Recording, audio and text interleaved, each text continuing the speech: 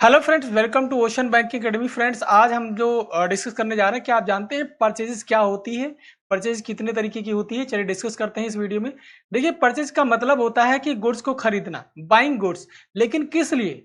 Resale in business, यानी resale purpose के लिए। यानी जैसे कि हमने कोई गुड्स खरीदा और वो गुड्स को हम घर ले जा करके अपने पर्सनल यूज के लिए रख लिया, तो वो बिजनेस में जो वो बिजनेस भी नहीं है। और दूसरी एक चीज है, इसे हम परचेज में नहीं डालेंगे।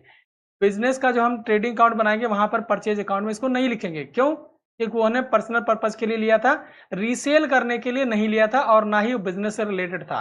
ठीक, तो हमें पता करना होगा क्या हमने जो गुड्स खरीदा है उसका मकसद हमें रीसेल करना है या नहीं है। अगर है तो परचेजेस वो माना जाएगा बिजनेस में। अब बोलता है it includes both cash and credit purchase.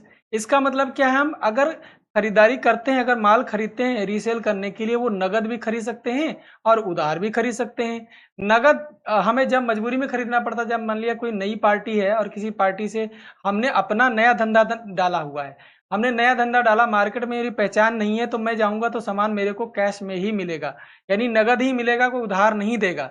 लेकिन जैसे जैसे मेरा बिजनेस पुराना होता चला जाएगा, मुझे लोग उधार देना शुरू कर देते हैं, तब मैं क्रेडिट परचेज करना शुरू कर देता हूं। यानी उधार माल खरीदना क्रेडिट परचेज कहलाता है। ठीक, क्लियर हो गया? अच्छा, यहां तक के बात क्लियर हो गई। तो यहां पर देखिए, सिंपल मीनिंग में बोले, परचेजेस का मतलब होता है गुड्स बॉट फॉर सेल, यानी सेल का मतलब हमने बेचने के लिए खरीदा है सामान। अब टाइप्स परचेज में बोलता है कि कैश परचेज, क्रेडिट परचेज। यहाँ पर हमने पहले बता रखा है कि अगर इमीडिएटली कैश पेमेंट कर देते हैं तो वो कहलाता है कैश परचेज। अगर उधार कर दिया, पेमेंट लेटर है यानी बाद में करेंगे, तो वो हमारा होगा क्रेडिट परचेज। जैसे कि गुड्स खरीदा 5,000 रुपए का, तो ये कहलाएगा sale, this is called purchase. ठीक है, हमने बेचने के लिए माल खरीदा है तो वो हमारा परचेज कहलाएगा। लेकिन ध्यान रखिएगा कि पर्सनल हमारी कोई खरीदारी करी जाती है तो वो इंक्लूड नहीं किया जाता है परचेज में। ठीक, पर्सनल का मतलब हम घरेलू अपने किसी बच्चे का कपड़ा ले आए, बच्चे का कोई सामान ले आए, घर का कोई सामान ले आए, तो वो इंक्लूड नहीं होता है। अच्छा, एक चीज और भी इंक्लूड नहीं होती। जैसे मान लिया कोई एसेट खरीदी, जैसे मान लिया मैंने परचेज किया एक मशीनरी। ठीक है, अब ये मशीनरी हमारी कई फाइनेंशियल ईयर तक चलेगी। पहला साल चली, फिर दूसरा साल चली, तीसरा साल चली, चौथा, पांचवा, ऐसे चलती चली जा रही है। अब ये जो मशीनरी लगी हुई है, इससे मैं पैसा कमा रहा हूँ, इसको यूज करके पैसा कमा रहा हूँ, इस साल भी कमा रहा हूँ, अगले साल फिर कमा रहा हूँ। तो इसका मतलब क्या है कि इसको मैं लाया था लगा करके, इंस्टॉल करके पैसा कमाने के लिए, ना कि रीसेल करने के लिए। इसको मैं रीसेल तो कर नहीं रहा, यानी बेच तो रहा नहीं, इससे फायदा ले रहा हूँ, हर साल फायदे पे फायदा लिए जा रहा हूँ। तो ये हमारी क्या कहलाती है? एसेट कहलाती है। जिस चीज का हम फायदा एक साल से कई सालों में, ज्यादातर मतलब एक साल से ज्यादा सालों में लेते हैं, वो हमारी एसेट कहलाती है। ठीक है, इसके अलावा हमारे पास और क्या एसेट्स होती हैं? मान लेते हैं अगर हमारे पास कुछ लिक्विड पड़ा हुआ है, कैश है, या कन्वर्टेबल इनटू कैश है, जैसे में आप डेटर हो गया, स्टॉक हो गया, या हमारे बैंक बैलेंस पड़ा हुआ है। ठीक, तो वो भी हमारा क्या होता है? हमारा एसेट होता है।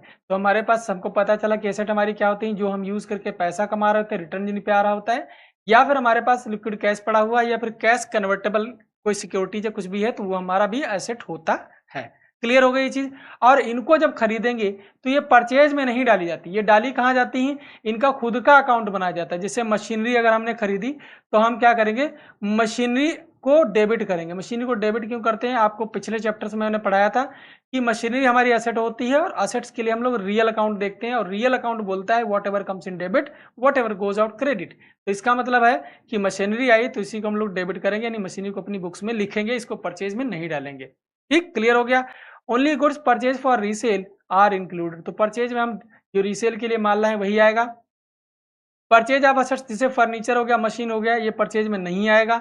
आगे बोलता है purchase are recorded in purchases account. तो बोलता है परचेजेज को कहाँ रिकॉर्ड करते हैं? परचेज अकाउंट में रिकॉर्ड करते हैं, और ये डायरेक्ट एक्सपेंस होता है, इसे ट्रेडिंग अकाउंट में दिखाया जाता है। ठीक, तो फ्रेंड्स, ये आज का हमारा वीडियो था, कंसेप्ट सीरीज का वीडियो। और अगर आपने अभी तक टेलीग्राम चैनल नहीं ज्वाइन किया तो ज्वाइन कर लीजिए। जैब स्टूडेंट्स के लिए इस स्पेशल खबर, स्पेशल जो है खुशखबरी है, वो क्या है?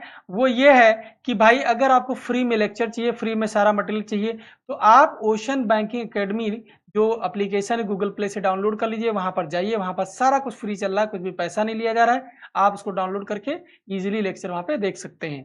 ठीक है, इसके अलावा आपको टेलीग्राम चैनल पे इसका पीडीएफ मिल जाएगा। ठीक है, अगर पीडीएफ आपको चाहिए तो वहां मिल जाएगा, अपलोड कर दिया जाएगा। ठीक है, और इसके अलावा व्हाट्सएप सपोर्ट भी है, अगर आप चाहें तो हमें डिस्कस कर सकते हैं कोई भी व्हाट्सएप पर। ठीक, तो मिलते हैं अगले वीडियो में। Thanks, bye bye, take care.